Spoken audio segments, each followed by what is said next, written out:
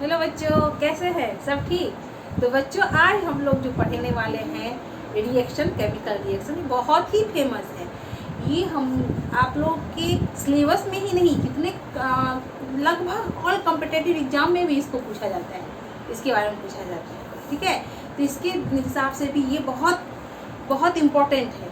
Medical, इसके बाद NEET बोलिए, नीट, जेई और जितना इधर कंपटीशन है, और जनरली जैसे लैब असिस्टेंट या कुछ भी जो कंपटीशन होने वाला है, लगभग ऑलमोस्ट भी ये केमिकल रिएक्शन के बारे में पूछा जाता है। कौन सा है? Aldol chemical reaction. क्या है?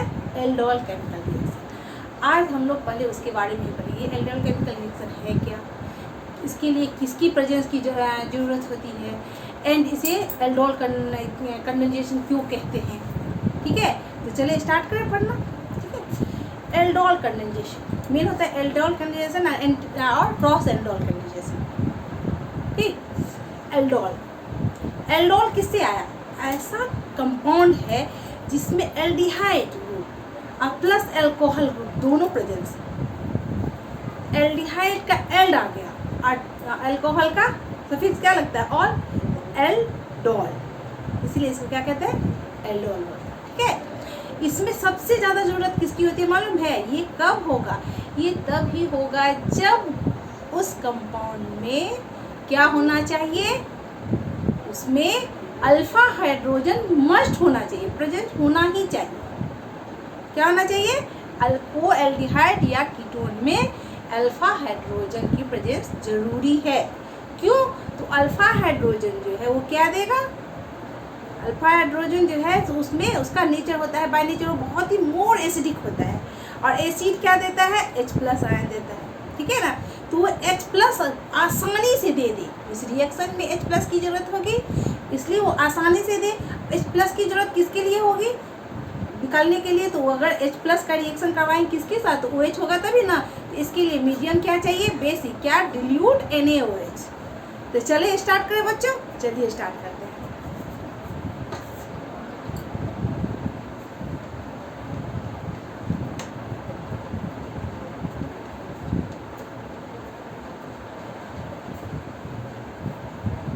Aldol condensation. ठीक है, इसमें क्या होना चाहिए? मस्ट होना चाहिए alpha hydrogen, presence of alpha hydrogen. क्या होना चाहिए बच्चों? अल्फा। अब मैं पहले भी बता चुकी हूँ, फिर आज भी बता चुकी, अल्फा हाइड्रोजन किसकी जरूरत होती है बहुत ज़्यादा।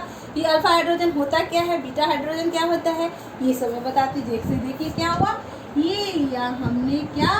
एल्डिहाइड, मान लीजिए एल्डिहाइड या कुछ भी एल्डिहाइड। ठीक है, ये कार्बन जो मेन फंक्शनल ग्रुप के बगल वाला, मेन फंक्शनल ग्रुप यहाँ ये हो गया ना, मेन फंक्शनल ग्रुप के बगल वाला जो कार्बन होता है इसे बोला जाता है अल्फा कार्बन। एंड इस अल्फा कार्बन पे जो उससे डायरेक्ट अटैच जो हाइड्रोजन होता है वो हाइड्रोजन हो गया अल्फा हाइड्रोजन। कौन सा हाइड्रोजन हो गया? Alpha hydrogen. और कोई भी अल्कीन ग्रुप या अल्काइल ग्रुप, अल्कीन ग्रुप हुआ, कोई अल्कीन ग्रुप जो है मोर स्टेबल कब होता है? जिसके पास जितना अल्फा हाइड्रोजन होता है वो उतना ज़्यादा स्टेबल होता है। क्या होता है? जिस अल्कीन ग्रुप के पास जितना ज़्यादा अल्फा हाइड्रोजन हो गया वो उतना ज़्यादा क्या होगा? स्टेबल होगा। ठीक, अल्फा हाइड्रोजन का बहुत इंपॉर्टेंस है। तो ये एल्डोल कंडेंसेशन में क्या होना चाहिए? अल्फा हाइड्रोजन मस्ट है। ये अल्फा हाइड्रोजन क्या होता है? मेन फंक्शनल ग्रुप के जस्ट बगल वाले कार्बन को अल्फा कार्बन कहते हैं, एंड इस कार्बन के बगल वाले कार्बन को क्या बोलेंगे? ये बीटा कार्बन हो गया, एंड उससे अटैच जो हाइड्रोजन होगा वो क्या हो जाएगा? बीटा हाइड्रोजन हो जाएगा। उसके बाद गामा हो जाएगा। ऐसे ही होता है। ठीक है, तो ये इसमें क्या है? एल्डोल कंडेंसेशन में अल्फा हाइड्रोजन का होना मस्ट है। ठीक, आगे बात समझ में। अब अल्फा हाइड्रोजन के बारे में क्या है? अल्फा हाइड्रोजन्स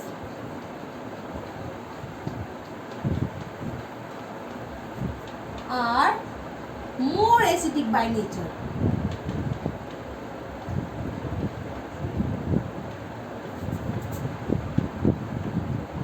इसका नेचर क्या होता है? मोर एसिडिक होता है। कैसा होता है इसका नेचर? मोर एसिडिक होता है, ठीक है। और एसिडिक है तो एसिड क्या देता है? फॉर दिस इट गिव्स, क्या देगा? H प्लस, क्या देगा? H plus. अल्फा हाइड्रोजन क्या होता है? एसिडिक होता है नेचर से, तो आसानी से H प्लस के रूप में निकल जाएगा। आ रही बात समझ में बच्चों?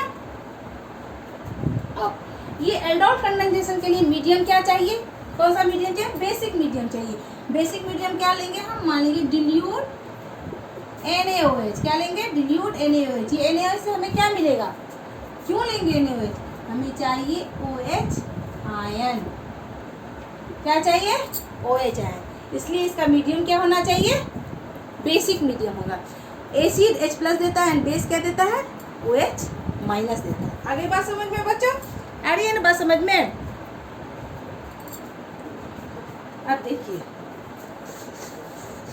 ये ले लिए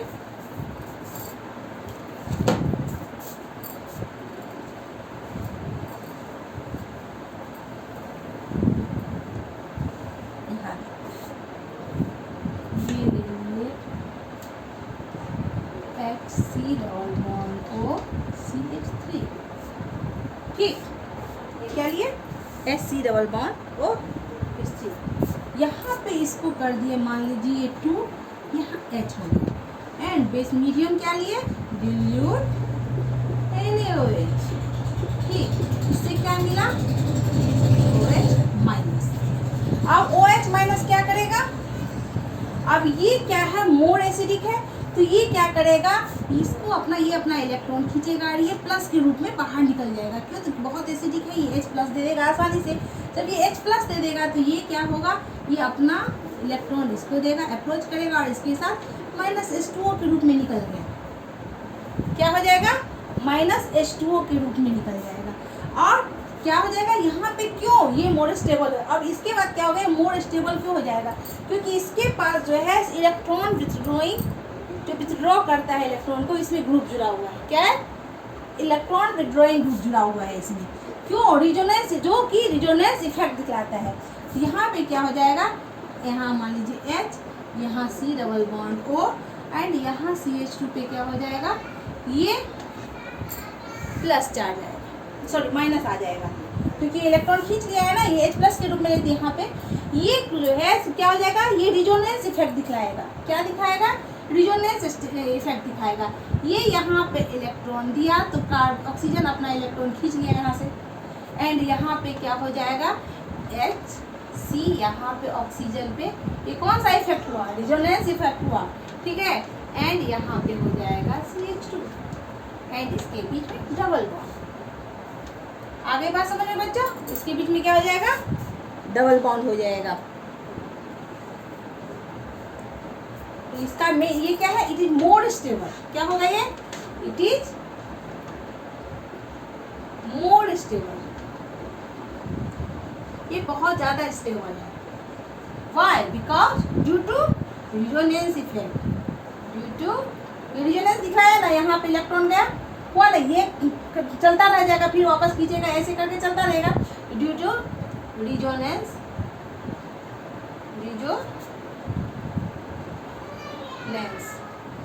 it is more stable due to resonance.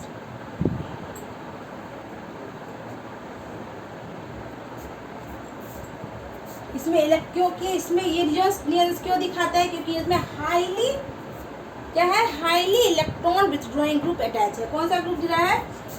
Resonance, because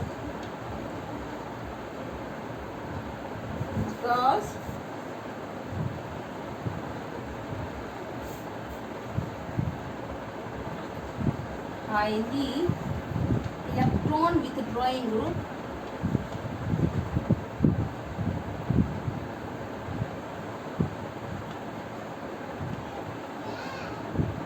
attached।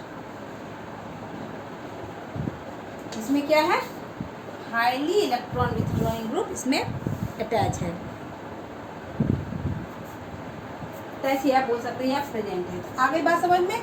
तो एल्डोल कंडेंसेशन दिखाने के लिए किसकी जरूरत होती है बच्चों? अल्फा हाइड्रोजन की जरूरत होती है, मोस्ट है अल्फा हाइड्रोजन। ठीक है, अब हम देखते हैं, ये तो हो गया क्या एस्टल्डिहाइड में दिखाया जाएगा। ठीक है, अब बताते हैं क्या फॉर्मेल्डिहाइड में जो है सो ये एल्डोल कंडेंसेशन हो सकता है। चलिए देखते हैं हम लोग।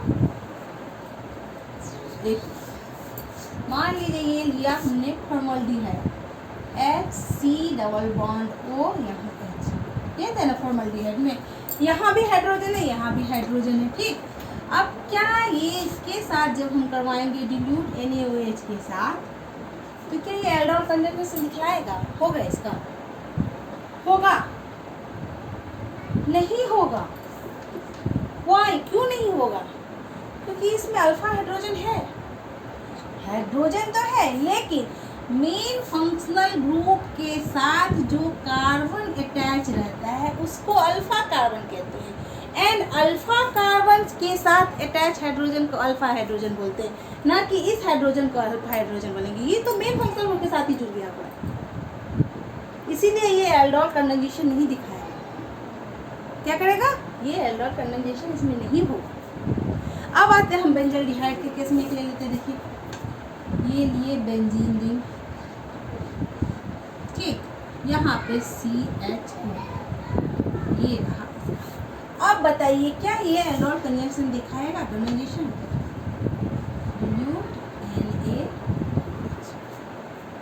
अब क्या बताइए एल्डोल कंडेंसेशन दिखा रहा है? दिखा सकता है। देखिए यहाँ पे, यहाँ क्या है? कार्बन। देखिए, ये कार्बन है, इसके साथ एक क्या जुड़ा? CH ग्रुप जुड़ा हुआ है, ये एक कार्बन। ठीक, इसके साथ एक बॉन्ड यहाँ 2, एक इधर 3, यहाँ 4, 1 2 3 4।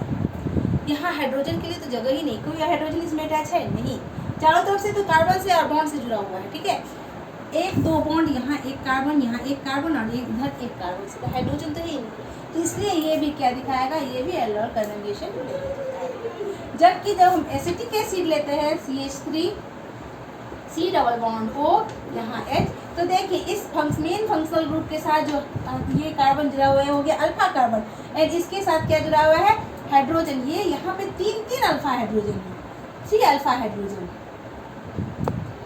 कितने हाइड्रोजन है? अल्फा हाइड्रोजन, यहाँ 3 अल्फा हाइड्रोजन है, तो ये एल्डोल कंडेंसेशन दिखाएगा। ये क्या करेगा? ये डिल्यूट NaOH के साथ रिएक्शन करेगा, तो ये एल्डोल कंडेंसेशन दिखाएगा। अब कीटोन के केस में देखिए, ये लिए CH3 C double bond O, यहाँ CH3, ये दिखाएगा एल्डोल कंडेंसेशन? हाँ, ऑफ कोर्स दिखाएगा। यहाँ तो 6 1 2 3, यहाँ 3 6 अल्फा हाइड्रोजन है, यहाँ 6 अल्फा हाइड्रोजन है, तो ये क्या करेगा? एल्डोल कंडेंसेशन दिखाएगा।